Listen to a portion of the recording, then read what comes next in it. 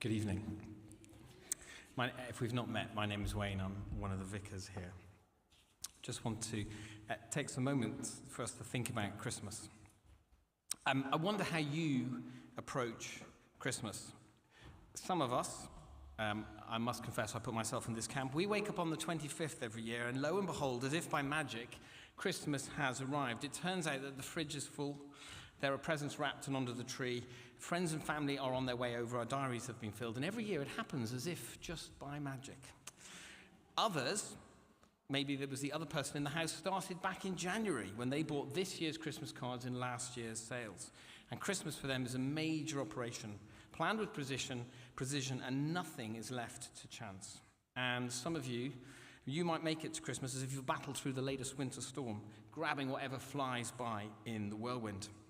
We all have our different ways of getting to Christmas.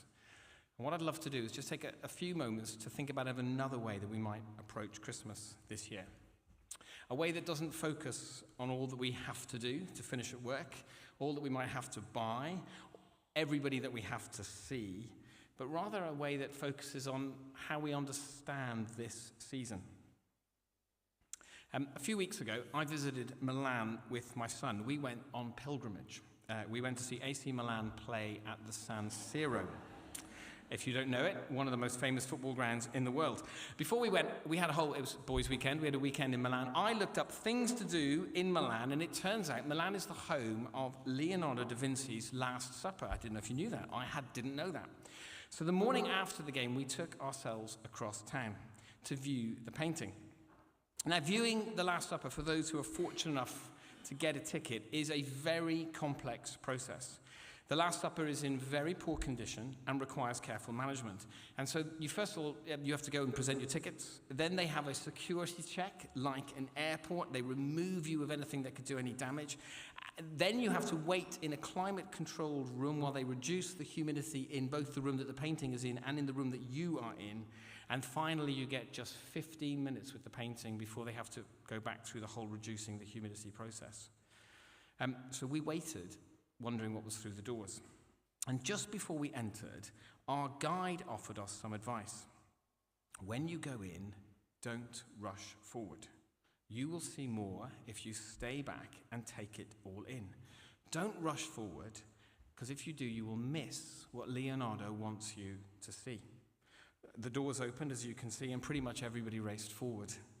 I hung back. Now, what I saw actually was incredible. The scene of Jesus and his friends, if you are there, it invites you in.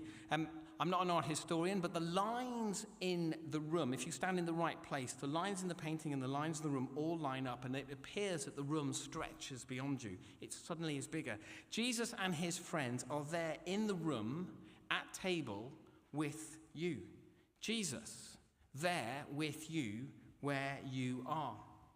The original monks would have ate every single day in this room, and every time they had a meal, they would have seen Jesus at the same type of table that they sat at, eating the same food that they ate, and actually with the same views of the hills outside Milan that they knew.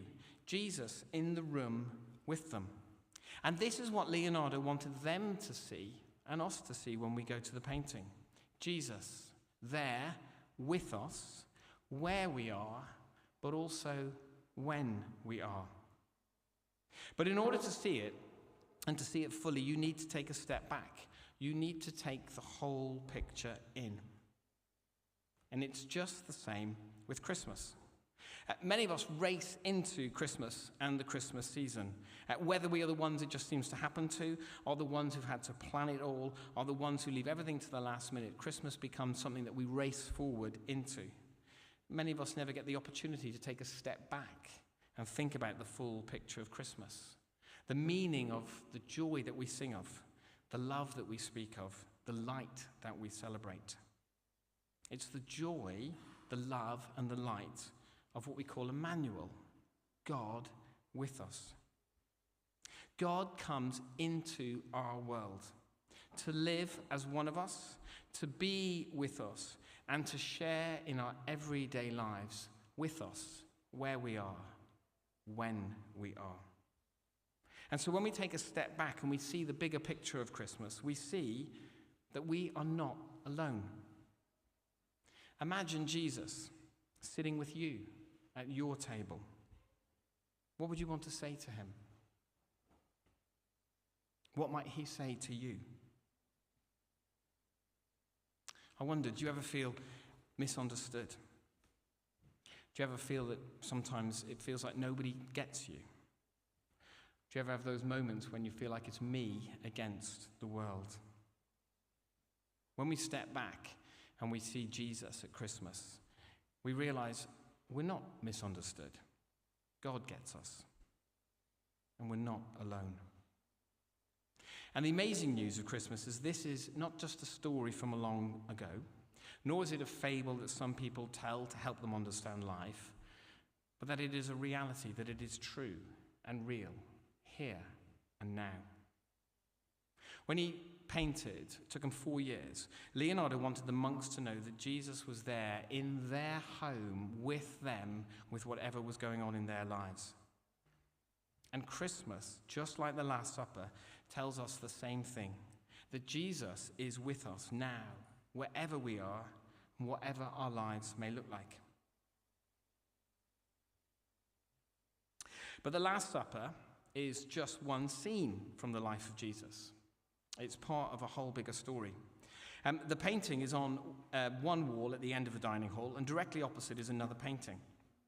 The 15 minutes race by when you're in there. Suddenly, out of nowhere, an Italian lady appeared and told us that we had to leave, and all too soon our time was up. We left the room by another door. Actually, we left the room by the same door that the monks would have entered and left by. And as we left, we passed this other painting. Maybe the odd person glanced up as we walked out, but nobody really stopped to take a good look at it. Nobody stopped and paused to study that painting. You see, we had things to do, places to go, and this painting wasn't what we'd come to see. The painting is of another scene from the life of Jesus. It's actually from his death, his crucifixion. I'd come for the Last Supper. I didn't have time for Jesus' death. I wonder what we might have taken in if my group had stopped and paused at this painting. You can't quite see it, but it is a really chaotic scene where the other one is calm. 3 crosses, Jesus on the middle one. The scene is packed, so many people, and they all seem really busy. So much on, so much to do. There are a few at the foot of the cross. There are a few who are really paying attention to the cross. But most seem busy with whatever is preoccupying them. And I think in that painting, but also in my group's response to it, lies another lesson for us about Christmas. If we were to understand fully the big picture and the big story of Christmas, we would need to pause and consider fully the whole of the life and the death of Jesus. And so just like the Last Supper painting in Milan points directly at a painting of the crucifixion, so the story that we celebrate at Christmas, the baby in the manger, points directly at the Easter story of the man on the cross. But I wonder if, like my group, we all too easily come for Christmas and race past Easter. It's easy to like one and not so much the other. Christmas, joy, light in the darkness, too much chocolate, love. The God who comes to us at Christmas, we can make him a wise teacher. Perhaps we can even make him an inspiration, maybe a model for a better life. Jesus shows us, well, if we put some of his practices into our lives, who we could be. But the God of the cross at Easter challenges us in other ways. He makes us a bit uncomfortable because Easter reveals to us why there is a could in who we could be. Why there is a could in who we could be. And Jesus comes not just to be with us, but also to deal with the gap between who I am and who I know I could be, or who I long to be. He comes to deal with the brokenness of my heart and your heart. He comes to deal with the darkness of our world and the darkness inside. And he comes to those of us who know we're alone to fulfill our longing for love. The Bible calls this gap sin. It's not a list of the wrong things we've done. but rather it's like a virus that has gotten into the system and gotten hold of each of us. And at Christmas, we celebrate that Jesus has come to take the virus on himself so that we don't have to live with it. And at Easter, Jesus chooses to die so that we don't have to. Christmas tells us that God loves us. And Easter shows us what that love looks like. A love that comes to be with us. A love that dies to free and save us. I don't like hearing that I need saving, so quite easily I race by. I don't stop and pause. I don't take it in. I expect at this point some of you are thinking, that sounds nice, heard it before, but as I've decided before, it's not really for me. I don't believe in God or your God, Wayne, or not in the way that you describe it. Life's tough at times, but actually, I think I do all right. Or maybe you're skeptical, wondering if anything of this is real. I said a fable earlier on, and you thought, yes, Christmas, Easter, the whole story. I understand why some people need it, but it's from centuries ago, and it was a story that we made up to make sense of the world. But let me ask, what if it was real? What if it is real? What if there is a God who knows you completely? Who knows the challenges that you face? Who sees not just the good parts of your life that you show, but the struggles and the regrets that you carry deep inside? And what if this God, if he's real, doesn't just sit at a distance, but comes close, offering you love and hope right where you are now, with you, where you are, when you are?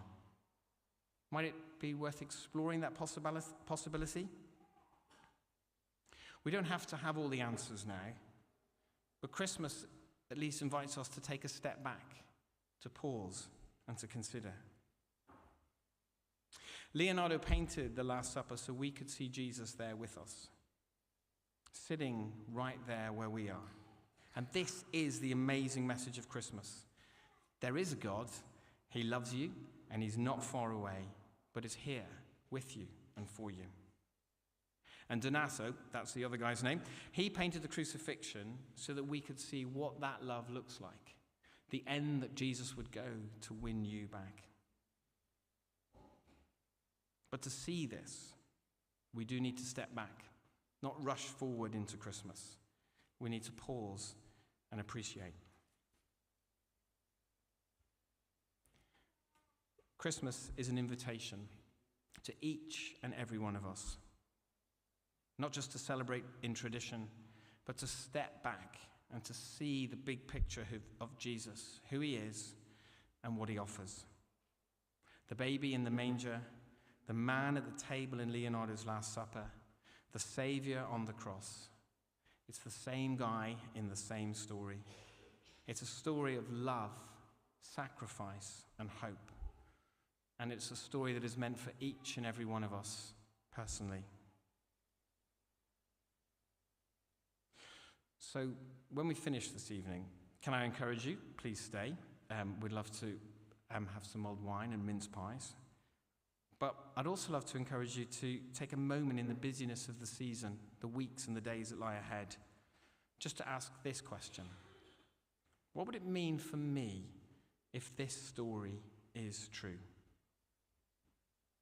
Could you imagine Jesus with you at your table, offering you his love, his life? What might that change? Don't rush into our past Christmas this year. Step back, take it all in, and let Jesus speak to you.